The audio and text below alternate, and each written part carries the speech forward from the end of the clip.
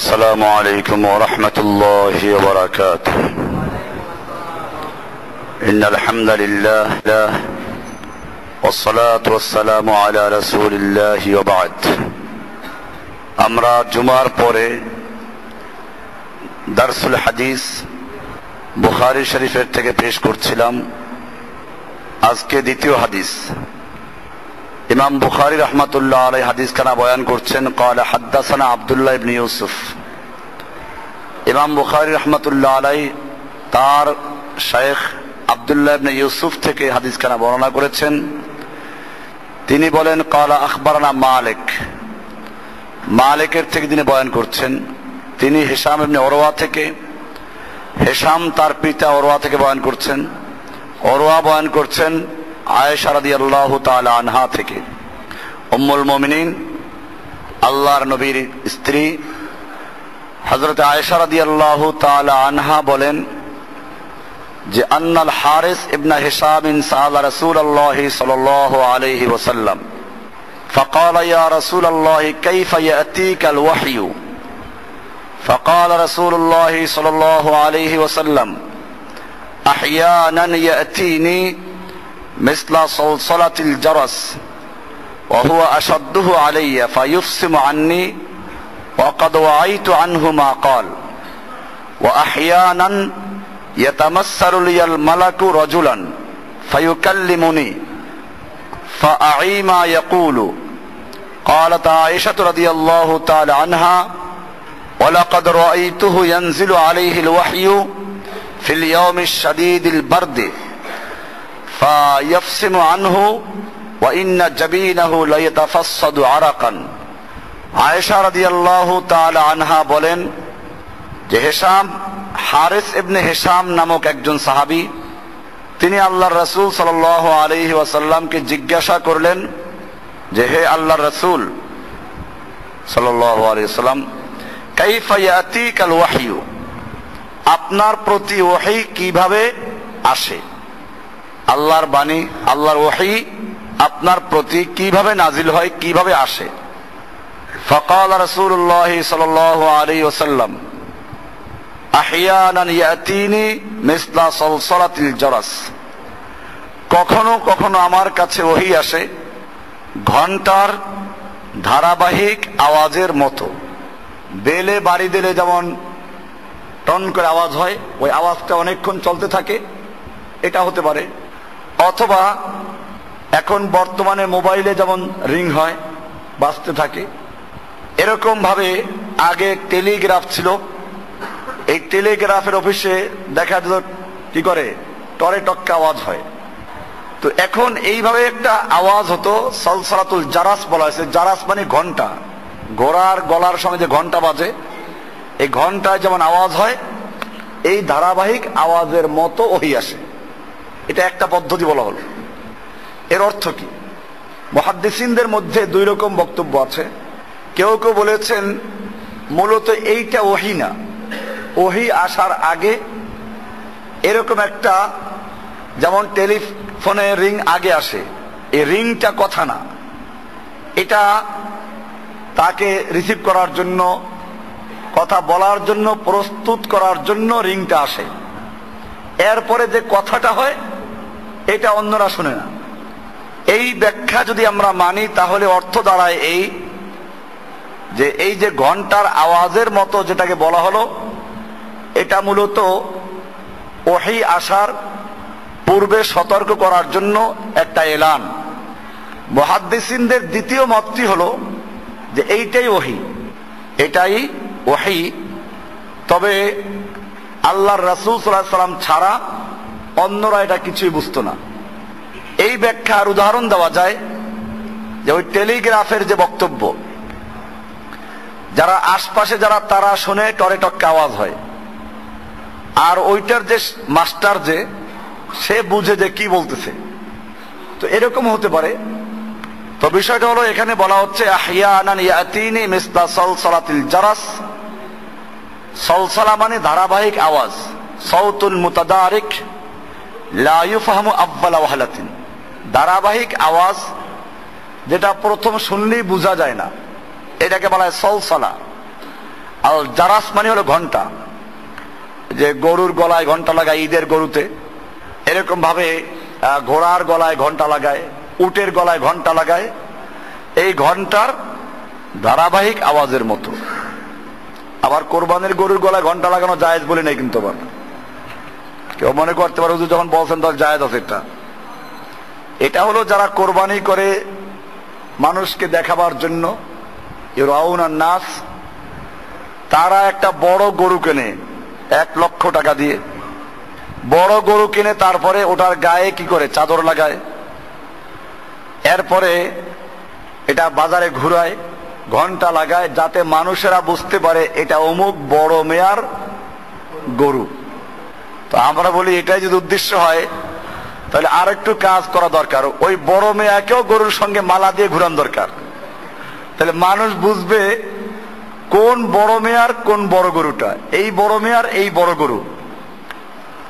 তো যাই হোক, সালসালাতুল জারাস, গরুকে আল্লাহ সৃষ্টি করেছেন মানুষের জন্য, মানুষ একে খাবে।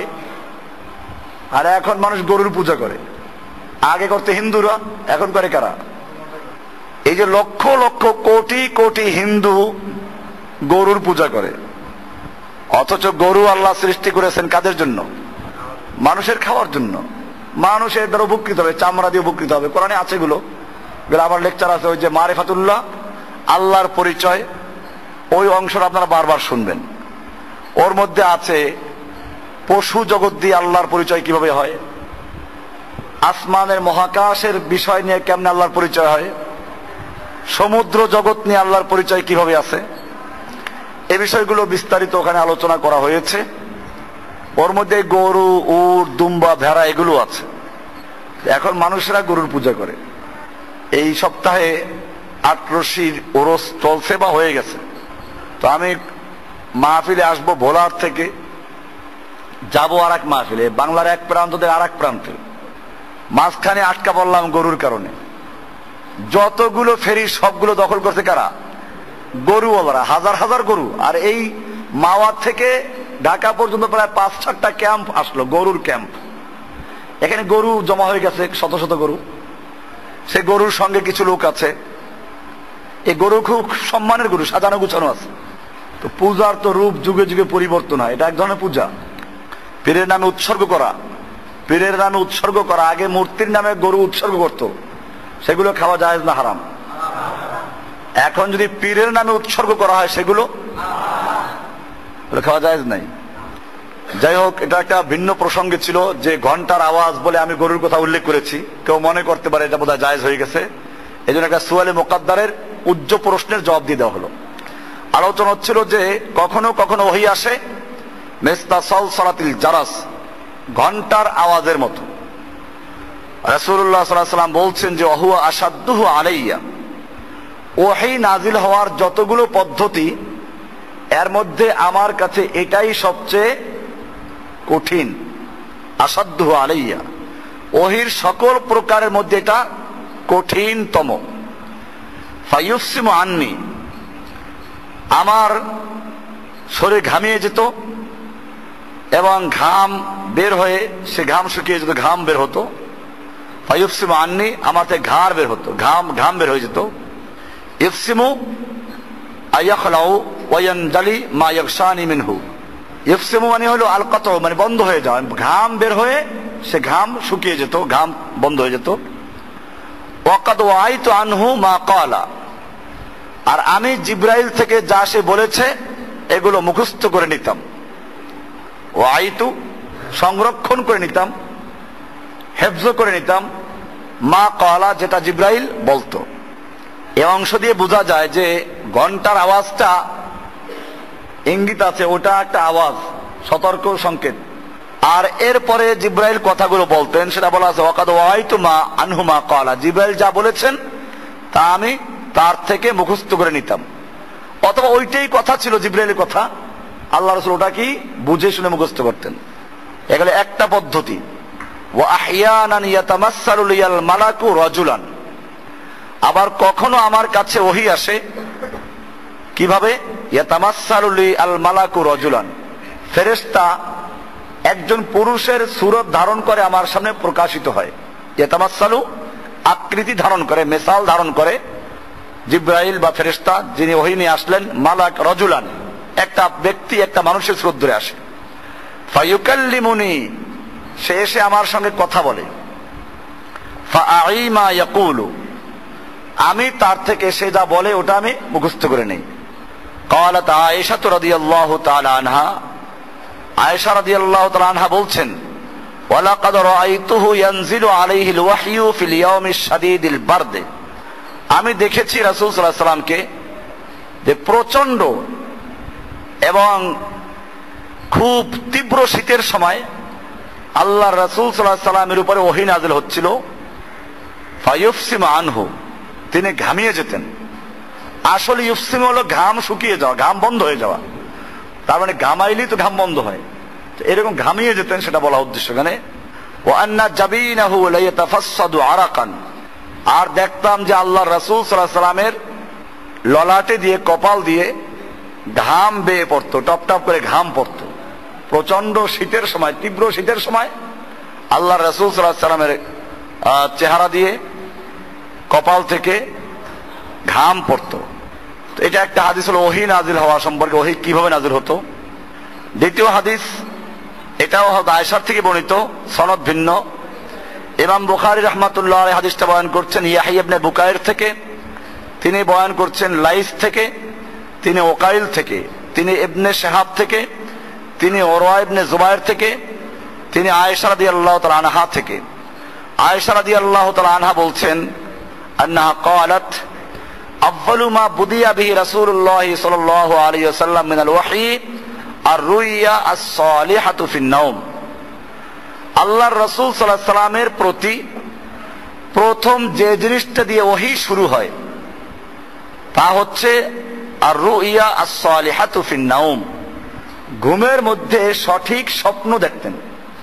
রুইয়া সালিহা, সত্য এবং সঠিক ভালো স্বপ্ন দেখতেন।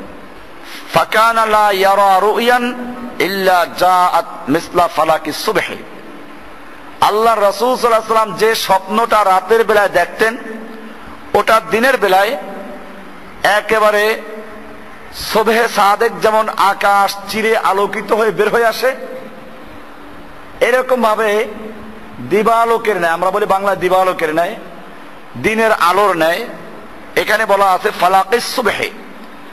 এমনি ফালাক মানে হচ্ছে কোন জিনিসকে বিদীর্ণ করে বের হওয়া, একটা দানা এটা চিরে যেমন তার থেকে গাছের চারা বের হয়, অঙ্কুর বের হয়, ওটাকে বলা হয় ফালাক।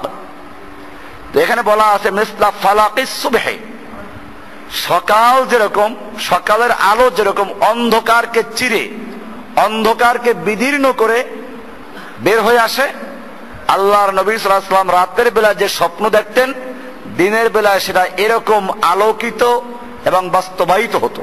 ফাকানা লা ইয়ারা রুয়ান ইল্লা জাআত মিসলা ফালাকিস সুবহি, এভাবে চললো। মুহাদ্দিসিনে কেরাম বা অন্য হাদিসে আছে যে এটা প্রায় 6 মাস পর্যন্ত এরকম আল্লাহর রাসূল সাল্লাল্লাহু আলাইহি ওয়াসাল্লাম স্বপ্ন দেখতেন, এবং রাতের বেলা যে স্বপ্ন ঘুমে দেখতেন দিনে ওটা একেবারে বাস্তবায়িত হতো, দিবালোকের মতো, দিনের আলোর মতো বাস্তবায়িত হতো।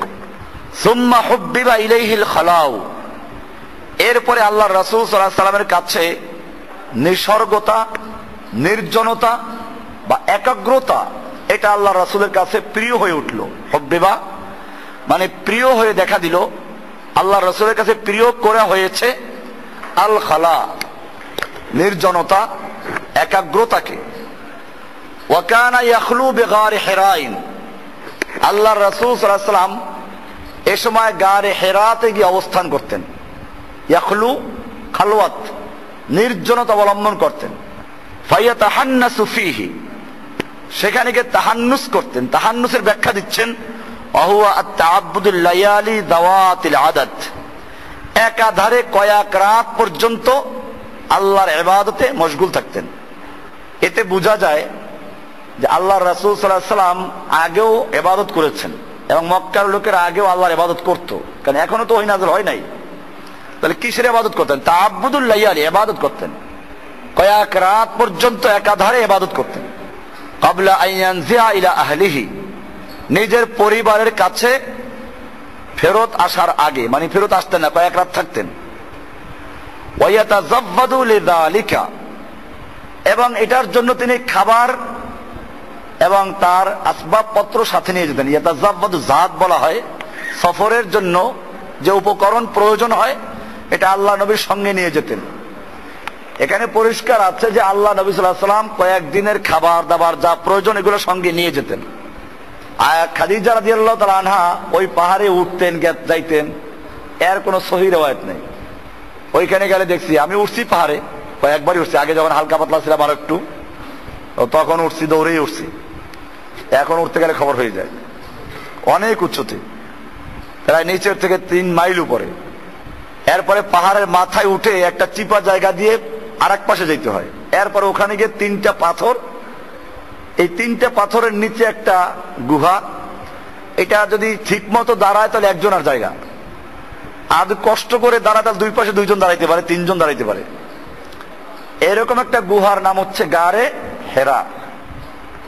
আমি গারে হেরাতেও গেছি, এটা যাওয়া কোনো ইবাদত না আবার যে আপনারাও যাইবেন বরকতের জন্য, তা না, দেখার জন্য। ঐতিহাসিক জায়গা, দেখা তো যায়। গারে সুরেও গেছি সেই দেখার জন্য, যেখানে আল্লাহ রাসূল সাল্লাল্লাহু আলাইহি ওয়াসাল্লাম আত্মগোপন করেছিলেন, হিজরতের প্রাককালে যেখানে আত্মগোপন করেছিলেন। তো গারে হেরা হচ্ছে একটা গুহার নাম। ওই গুহাটা যেই পাহাড়ে, ওই পাহাড়টার নাম হচ্ছে জাবালে নূর। কি নাম? জাবালে নূর হচ্ছে পাহাড়ের নাম। জাবালে নূর এজন্য বলা হয়, অন্যান্য পাহাড়গুলো একটু কালাচে, কিন্তু ওই পাহাড়টা একটু লালচে মনে হয়, অন্যান্য পাহাড় থেকে দেখতে একটু ব্যতিক্রম মনে হয়। তো এই জন্য ওটাকে বলা হয় জাবালে নূর, আলোকিত পাহাড়। ওই জাবালে নূরের একটা গুহার নাম হচ্ছে গারে হেরা। কাজে গারে হেরা কোনো পাহাড়ের নাম না। এটা অনেকে ভুল বুঝে, গারে হেরা পাহাড়ে উঠছে। গারে হেরা কোনো পাহাড়ের নাম না, গারে হেরা হচ্ছে কি গুহার নাম। আর ওই গুহাটা যেই পাহাড়ে, ওই পাহাড়ের নাম হচ্ছে কি জাবালে নূর। ওই পাহাড়টাতে উঠলে পুরা মক্কা দেখা যায়, এখনো একেবারে পুরা মক্কা শহর ওখান থেকে দেখা যায়। আমি নিচে তাকাই দেখলাম যে মানুষগুলো, গাড়িগুলো ছোট ছোট পিঁপড়ের মতো দেখা যায়। গাড়িগুলো একটু যে বাচ্চাদের খেলনা গাড়ি আছে ওরকম দেখা যায়, বাইতুল্লাহ শরীফ পর্যন্ত দেখা যায়। এতে বোঝা গেল যে আল্লাহর একটা বিশেষ ইঙ্গিত ছিল এখানে। নতুবা ওর চেয়ে উঁচু পাহাড়ও আছে মক্কাতে, ওটার চেয়ে আরো অনেক বড় পাহাড় আছে। তো সেই পাহাড় তো আল্লাহ রাসূল যান নাই। এরপরে ওই গুহাটাও একটা দুর্গম জায়গায়, ওখান থেকে পড়ে মানুষ মারাও যায়। এই জন্য সৌদি সরকার ওই পাহাড়ের রাস্তার মুখে অনেক বড় বড় সাইনবোর্ড লাগাইছেন, আরবিতে, উর্দুতে, ইংলিশে। এখন বর্তমানে এই গত বছর থেকে বাংলায় যোগ হয়েছে যে এই পাহাড়ে আপনারা চড়বেন না, পাহাড়ে চড়া কোনো ফজিলতের বিষয় না, এখানে উঠে মানুষ কষ্ট করে পিপাসায় কাতর হয়ে যায়, কেউ মারা যায়, এটার কোনো ফজিলত নাই। তো এইটা বয়ান করতে গিয়ে বক্তারা ওইখানে গিয়ে দেখেছি, যারা গ্রুপ নিয়ে যায়, হজের গ্রুপ নিয়ে যায়, এরা ওইখানে গিয়ে বুঝায়, আল্লাহর নবীর স্ত্রী খাদিজা কত কষ্ট করেছেন, আল্লাহর নবী যে কষ্ট করেছেন ওটা মেলান হয়ে গেছে। কষ্টটা গেল কার দিকে? শয়তান কত চালাক প্রত্যেকটা জায়গায়। ওইখানে গেলে ঠিক আছে, তুমি গেছো ওখানে, আল্লাহ রাসূল সাল্লাল্লাহু আলাইহি ওয়াসাল্লাম এখানে কি করেছেন, সে খালওয়াত, নিঃসঙ্গতা, নির্জনতা ইবাদত করেছেন, ধ্যান করেছেন, ঠিক আছে, তুমি এটা দিয়ে শিক্ষা গ্রহণ করতে পারো। আল্লাহর কুদরতকে চিন্তা করা, সহি জিনিস খেতে, এটা দ্বারা আবার ওই সুফিদের খালওয়াত না। সুফিরা এইখান থেকে নিয়ে গেছে, এই তো পাওয়া গেছে, কি পাওয়া যায়? ধ্যান করা। এই জন্য একদল খালি ভাবনা, ধ্যান করে, এদের ইবাদত না। এদের ইবাদত কি? ধ্যান করা। এটা না, এটা তো আল্লাহ রাসূল সাল্লাল্লাহু আলাইহি ওয়াসাল্লামের নবুয়ত প্রাপ্তির আগের মুহূর্ত। আল্লাহর কুদরত, আল্লাহর রহস্য ইব্রাহিম আলাইহিস সালামও করেছেন। ইব্রাহিম আলাইহিস সালাম রাতের বেলায় বসে গেছেন, তারকা নিয়ে গবেষণা করছেন, এটা রব। তাহলে এখন কি আপনিও তারকাকে রব বলবেন? ও তো শিরিক। মানে তারকাকে রব বলেছেন না, কোরআনে আছে। এরপরে তারকা যখন দেখলো ডুবে যায়, কয়েকদিন পর দেখা গেল আবার কি করে, পূর্ণিমার চাঁদ। তো পূর্ণিমার চাঁদ এইটা আমার রব। এরপরে দেখে যে না, তার চাঁদটাও আস্তে আস্তে আবার চিকন হয়ে যায়, এটা রব হতে পারে না। যা ক্ষয় হয়, লয় হয়, এগুলো রব হতে পারে না। আবার কয়েকদিন পর সূর্যের দিকে তাকাইলেন, তো মনে করেন এটা সূর্য। মানুষের চিন্তার পরিবর্তন হয়। আপেল তো সবসময় পড়ে, আপেল সবসময় গাছ থেকে পড়ে না। তো ওই বিজ্ঞানী যেদিন আপেল গাছের নিচে বসে রইল, হঠাৎ করে আপেল পড়লো, আর তিনি এখান থেকে মধ্যাকর্ষণ আবিষ্কার করে ফেললেন। কেন? উনি আপেল পড়া আগে দেখেন নাই?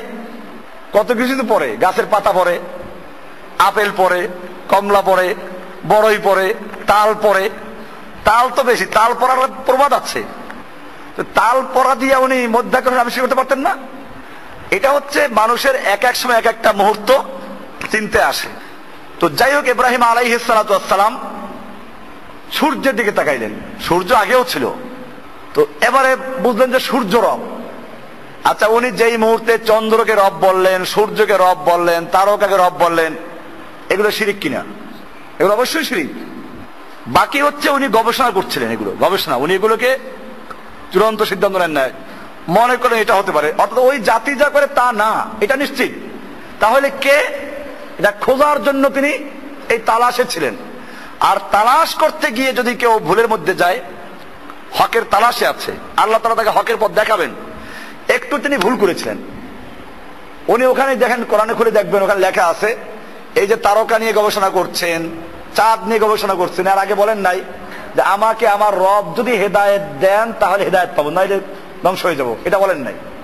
যে কারণে আল্লাহ তাআলা তাকে সুযোগ দিয়েছেন, ঠিক আছে করো। এই জন্য আমরা বারবার বলি হেদায়েত আল্লাহর কাছে আবেদন করতে হবে, চাইতে হবে। আল্লাহ তাআলা শিখিয়ে দিয়েছেন ইহদিনাস সিরাতাল। আবু তালেব হেদায়েত না পাওয়ার একমাত্র কারণ এটাই। আবু তালেবের নাম ছিল আবু তালেব, তালেবের বাপ। তালেবের কি? বাপ।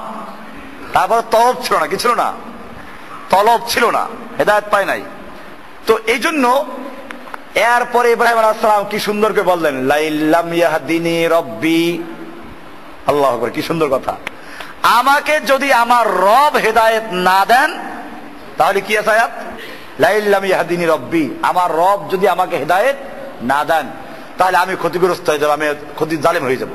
যেহেতু এখানে পরিষ্কার বলে ফেলেছেন আমার রব যদি আমাকে হেদায়েত না দেন তাহলে আমি ক্ষতিগ্রস্ত হয়ে যাব, এবার রবের দায়িত্ব চলে গেছে। এবার রব হেদায়েত দিয়ে দিয়েছেন। আল্লাহ তাকে বুঝাই দিলেন যে না, এইগুলো না। লা তাসজুদু লিশ-শামসি ওয়াল কামার ওয়া মিন আয়াতিহি আল-লাইলু ওয়ান-নাহার। রাত দিন, চন্দ্র সূর্য গ্রহ নক্ষত্র সবগুলো আল্লাহর সৃষ্টির নিদর্শন। লা তাসজুদু লিশ-শামসি ওয়াল কামার, তোমরা চন্দ্র সূর্যের ইবাদত করো না, সিজদা করো না, বরং আসজুদু লিল্লাহিল্লাযী খালাকাহুন্না, যিনি এইগুলো সৃষ্টি করেছেন তোমরা তার ইবাদত করো। এবারে তিনি বুঝতে পারলেন, সঙ্গে বললেন ইন্নী ওয়াজ্জাহাতু ওয়াজহিয়া লিল্লাযী ফাতারাস সামাওয়াতি ওয়াল আরদা হানিফা ওয়া মা আনা মিনাল মুশরিকিন। পরিষ্কার হয়ে গেল বিষয়টা। তো আল্লাহর নবী সাল্লাল্লাহু আলাইহি ওয়াসাল্লাম নবুয়ত প্রাপ্তির আগে হকের তালাশে দেখলেন যে আমার জাতি যা করছে এইটা দ্বীন ইব্রাহিম না, এইটা হকের পথ না, এই 360 দেবদেবী মূর্তি এগুলো আল্লাহর কাজ না। এই জন্য হকের তালাশে তিনি নির্জনে গিয়ে ধ্যান করতেন, নির্জনে গিয়ে আল্লাহর ইবাদত করতেন বলা আছে। ওই সময় যে ইবাদত ছিল, যেটা ইব্রাহিমের উপর বোঝা গেল কিছু লোক ছিল হকের উপরে। মক্কায় কিছু লোক ছিল, মক্কার লোকদের অনেক প্রকার ছিল। এটা ইনশাআল্লাহ আমাদের জুমার লেকচারই আসবে, কারণ এখন যে ধারাবাহিক আলোচনা হচ্ছে সিরাতের উপর আলোচনা, আল্লাহ নবীর বিভিন্ন প্রসঙ্গ নিয়ে, এর মধ্যে বিষয়গুলো আসবে। মক্কার তৎকালীন অবস্থানটা কি ছিল সেখানে আসবে। যে মানুষ মুসলিমেও ছিল নাস্তিক, বাংলাদেশেও কিছু নাস্তিক আছে। ঢাকা বিশ্ববিদ্যালয়ের বাংলা বিভাগ গেলে কিছু কি পাওয়া যাবে? নাস্তিক পাওয়া যাবে। আহমদ শরীফের শিষ্যরা আছে না, এরা নাস্তিক। এই নাস্তিকদের কথা কোরআনে বলা আছে, তারা বলতো একেবারে একই কথা, ইন হিয়া ইল্লা হায়াতুনা দুনিয়া নামুতু ওয়া নাহইয়া। জীবন তো একটাই, দুনিয়ার জীবন, দুনিয়াটা মস্ত বড়, খাও দাও ফুর্তি করো। একেবারে হুবহু এই কথাটা বলতো আগের যুগের মক্কার কুফাররা, কিন্তু সবাই না। মক্কার কুফার সবাই নাস্তিক ছিল না, কিন্তু এটা একটা গ্রুপ। যেমন বললাম যে বাংলাদেশে একটা গ্রুপ আছে, কোথায়? ঢাকা বিশ্ববিদ্যালয়ের বাংলা বিভাগে। সবাইকে দোষ দিয়েন না, বাংলা বিভাগের কিছু, তা সবাই না। যারা আহমদ শরীফের শিষ্য, কবির চৌধুরীর শিষ্য, এরকম হুমায়ুন আজাদের শিষ্য, কবি শামসুর রহমানের শিষ্য, এবার নাম কি সুন্দর দেখছেন নাকি? বোঝা গেল এগুলোর মা বাপ কি ছিল, মোটামুটি ভালো ছিল, নাহলে এত সুন্দর নাম রাখে নাকি? তাদের মা বাপ তো বন্টু ঝন্টু রাখে নাই।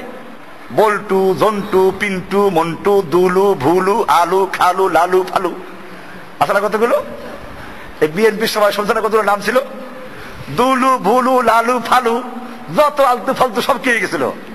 এরকম এইসব নাম তো রাখে নাই, নামগুলো রেখেছিল কি সুন্দর, আহমদ শরীফ, শামসুর রহমান, রহমানের সূর্য, আল্লাহ সূর্য।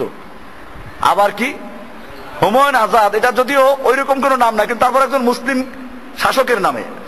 এরকম ভাবে কি ছিল, কবির চৌধুরী। তো এইসব যে নামগুলো একেবারে খারাপ না এগুলো, কিন্তু দেখা যায় যে এই লোকগুলো নাস্তিক হয়ে গেল।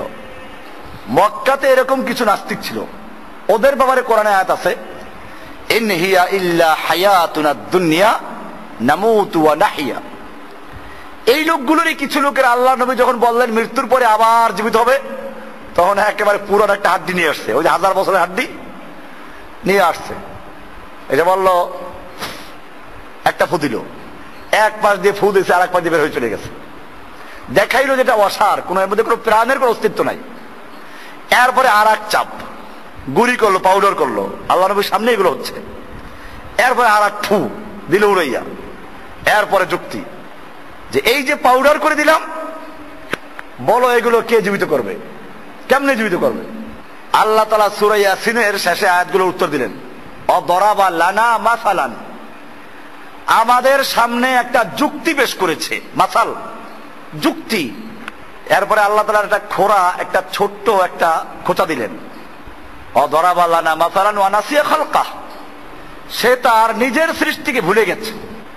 এরপরে আল্লাহ উত্তর দিচ্ছেন, কুল ইউহীহাল্লাযী আনশাআহা আউয়ালা মাররা, হে নবী আপনি ওদেরকে জানিয়ে দিন যে এই পাউডার করলো, উড়িয়ে দিল, ওকে বলে দিন এই হাড্ডি সেই মহান সত্তা, মহান বিজ্ঞানী, মহান জাত আবার পুনর্বার সৃষ্টি করবেন, যিনি আগে প্রথমবার সৃষ্টি করেছিলেন।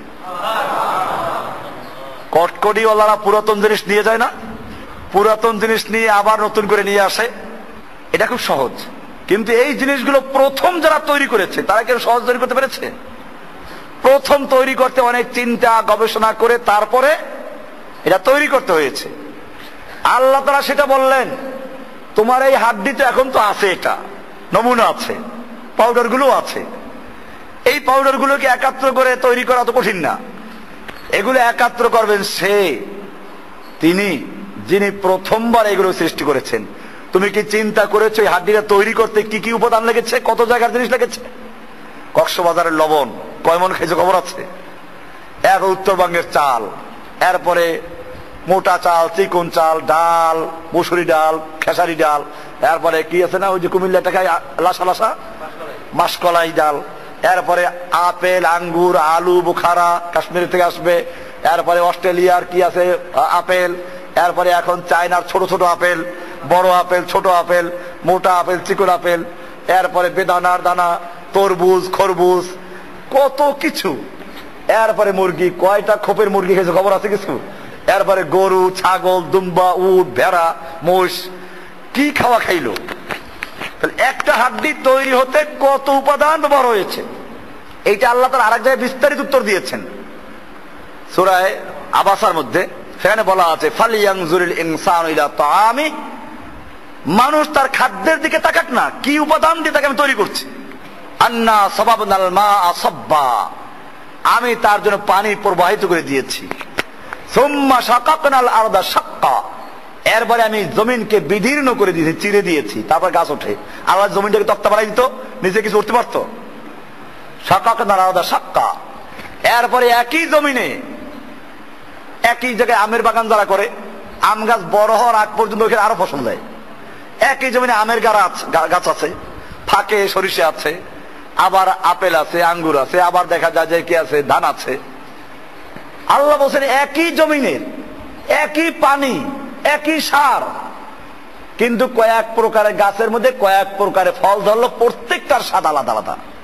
আন্না সাবাবনাল মা সাব্বা সুম্মা শাকাকনাল আরদা শাক্কা, এরপরে আমি জমিনকে বিদীর্ণ করেছি, তারপরে ফাআমবাতনা ফিহা হাব্বান ওয়া ইনাবান ওয়া কাদবা, আমি তোমাদের জন্য ওই জমিনের থেকে বের করেছি ইনাবান ওয়া কাদবা, হাব্বান বিভিন্ন প্রকার দানা, শস্য দানা, হাব্বান দানা জাতীয়, বাদাম, ধান, গম, আর এগুলো কত প্রকার, আবার ভুট্টা, কত প্রকার। এরপরে আবার ইনাবান আঙ্গুর, বিভিন্ন ফল। আল্লাহ বলছেন এই সবগুলো আমি তৈরি করেছি। খালি তোমাদের জন্য না, তোমরা খাইবা, তোমাদের গরুকে খাওয়াই থাকবে না, এজন্য আবার আছে ওয়ালি আন মাতা আল্লাকুম ওয়ালি আনআমিকুম, তোমাদের জন্য এবং তোমাদের পশুগুলোর জন্য এগুলো আমি তৈরি করেছি। আল্লাহ বলছেন যে এই সব কিছু উপাদান দিয়ে যিনি তোমাকে প্রথমবার তৈরি করেছেন তিনি তোমাকে আবার দ্বিতীয়বার তৈরি করতে পারবেন। এ হইল প্রথম প্রকার, যারা বললাম যে নাস্তিক ছিল মুসলিমও, তাদের জন্য কোরআন বলছে এগুলো। কিন্তু মক্কার সবাই নাস্তিক ছিল না, বেশিরভাগ ছিল আস্তিক, ধর্মমন্ত। এদের সম্পর্কে আমার আলোচনায় প্রায়ই পাবেন যে আল্লাহ তাআলা এদের সম্পর্কে বলেছেন যে হে নবী, আপনি যদি ওদেরকে জিজ্ঞেস করেন যে আসমান সৃষ্টি করেছে কে, তারা বলবে আল্লাহ। তাহলে এরা নাস্তিক ছিল না। আবু জাহেলও নাস্তিক ছিল না। আবু জাহেল যে আল্লাহ নবীর সঙ্গে যুদ্ধে লিপ্ত হয়েছে, এটা কি আপনারা মনে করেন যে সে ধর্ম মানত না এই জন্য যুদ্ধে? সে ধর্মযুদ্ধ করেছে, জেহাদ করেছে। সে কি করেছে? সে বলছে মুহাম্মদ সাল্লাল্লাহু আলাইহি ওয়াসাল্লাম বেদিন হয়ে গেছে, আমরা বাপ দাদা ধর্ম সে ত্যাগ করেছে, এই জন্য লড়াই করতে গেছে। এই জন্য বদরের যুদ্ধে যাওয়ার আগে বাইতুল্লাহ ধরে সে দোয়া করেছে। বদরের যুদ্ধের আগের রাত্রে সে দোয়া করে, যারা সিরাতের কিতাব পাবেন, যে আল্লাহ আমরা তোমার ঘর নির্মাণ করি, তোমার ঘরে সংস্কার করি, তোমার হাজীদেরকে পানি খাওয়াই, তাদেরকে মেহমানদারি করি, আর মুহাম্মদ সাল্লাল্লাহু আলাইহি ওয়াসাল্লাম একটা বেদিন হয়ে গেছে, আমাদের বাপ দাদা ধর্ম ত্যাগ করেছে, কাজী তুমি এই দুইটা দলের মধ্যে যেই দলটা তোমার কাছে হক তাদেরকে সাহায্য করো। নিজের হকের উপরে থাকা যদি কত দৃঢ়তার সঙ্গে সে বিশ্বাস করত, কত বিশ্বাস করে সেই দোয়া করে। সে দোয়া করে না যে আমাকে সাহায্য করো, তার মানে আমি তো হকের উপরে, কোনো সন্দেহ নাই, মুহাম্মদ সাল্লাল্লাহু আলাইহি ওয়াসাল্লাম বাতিল। এই জন্য সে এটা বলল যে আমাদের এই দুইটা দলের মধ্যে যেই দলটা তোমার কাছে হক তুমি তাকে সাহায্য করো। আল্লাহ তাআলা সেটাই করেছেন। আল্লাহ নবী বলেছেন সেটা, যে আল্লাহ তাআলা আবু জাহেলের অন্য দোয়া কবুল করুক বা না করুক, এটা করেছেন যে দুইটা দলের মধ্যে যেটা হক তাকে সাহায্য করেছেন। আল্লাহ তাআলা তার নবীকে সাহায্য করেছেন আর আবু জাহেলদেরকে ধ্বংস করেছেন। এরকম বুশ যে যুদ্ধ শুরু করে গেল, আপনারা কি মনে করেন যে বুশ যুদ্ধ করছে এমনি ধর্মযুদ্ধ? বুশ তার যুদ্ধ ঘোষণা করছে কি বলে? ক্রুসেড, ক্রুসেড, ক্রুসেড, 3 বার বলছে সে। আমার কাছে হুবহু তার ভিডিও আছে। সে যে প্রথম লেকচার 3 বার সে বলেছে, কি বলছে? সে ক্রুসেড মানে জানে না কি হচ্ছে, নাকি না জানে বলছে? বুশ ইংরেজি ভাষায় বেশ সুন্দর পারদর্শী। আপনি কয়েকজন ইংরেজি বার করেন না, বুশের মতো সুন্দর উচ্চারণ করতে পারে? বুশের ইংরেজি উচ্চারণ সুন্দর ছিল কিনা? যারা ইংরেজি ভাষা ভালো জানেন তারা দেখবেন, তার ভাষা ভালো করে শুনবেন, সেই ভাষার ভালো পণ্ডিত, সে ভালো করে বুঝে যে ক্রুসেড মানে কি, না বুঝতে বলে নাই। এরপরে আপনারা দেখবেন ওরা যখন ইরাকে আফগানিস্তানে সৈনিকদেরকে পাঠায় তখন বাইবেল মাথায় দিয়ে শপথ করে তারপরে পাঠায়, গির্জায় নিয়ে পাঠায়। সুতরাং বুঝতে হবে আমাদেরকে যে বিষয়গুলো এত হালকা না। হ্যাঁ, এই যে খ্রিস্টানদের উপর আছে কোরআনের আলোকে ঈসাই ঈমান, কোরআন আয়াত নিয়ে আছে ঈসাই ঈমান, একটা প্রস্তাব পাওয়া গেছে।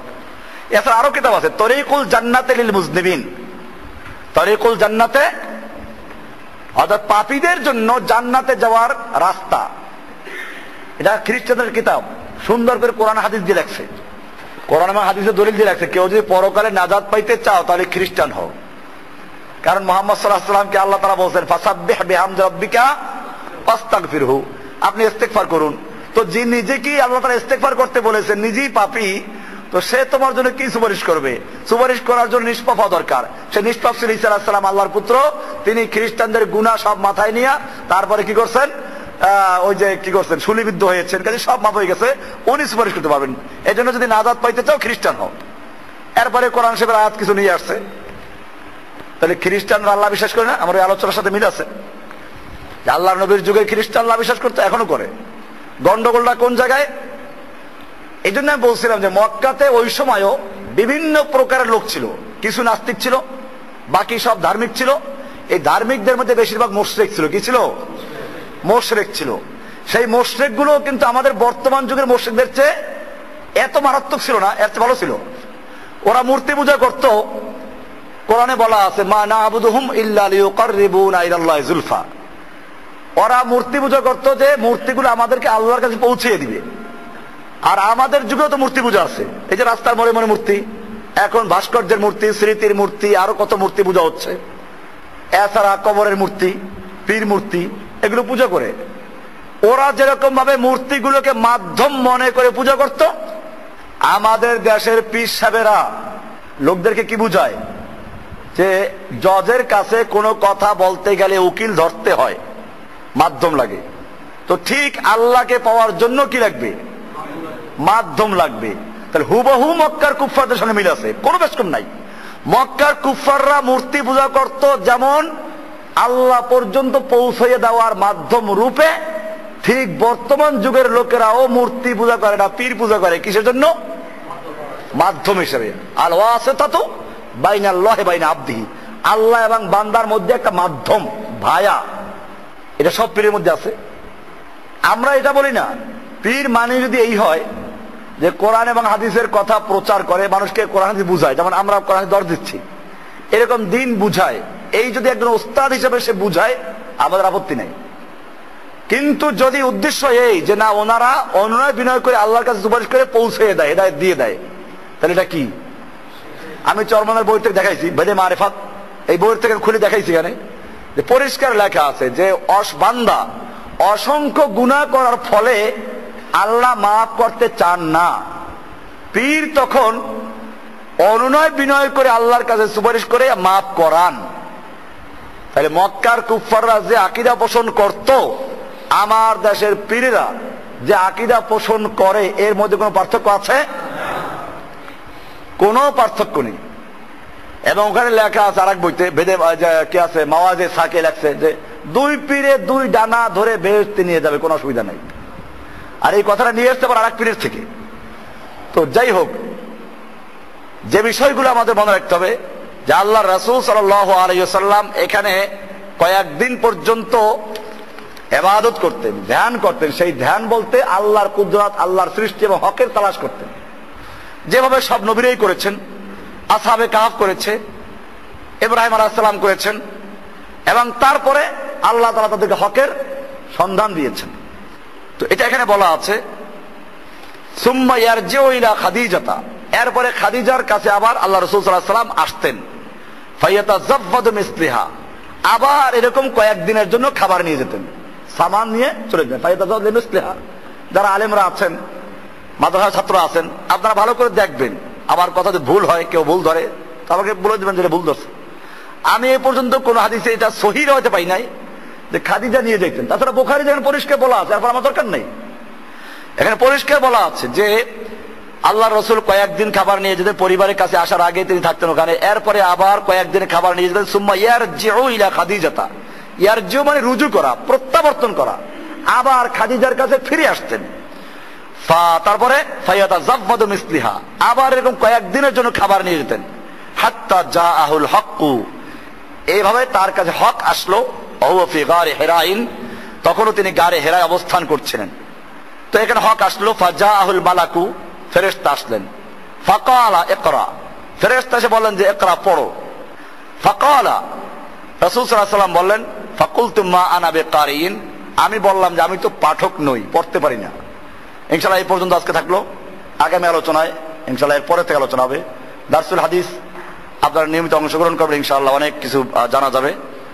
আর আমরা ওই মুখস্থ যে বিদ্যা, এটা আর থাকবে না ইনশাআল্লাহ। আপনারা ঘরে গিয়ে প্রত্যেক হাদিস কিনবেন, কিনে আবার মিলাবেন, পড়বেন, তাহলে এটা স্থায়ী থাকবে। কিছু পয়সা খরচ করবেন কিতাবের জন্য। এটা আজকে এই পর্যন্ত রইল।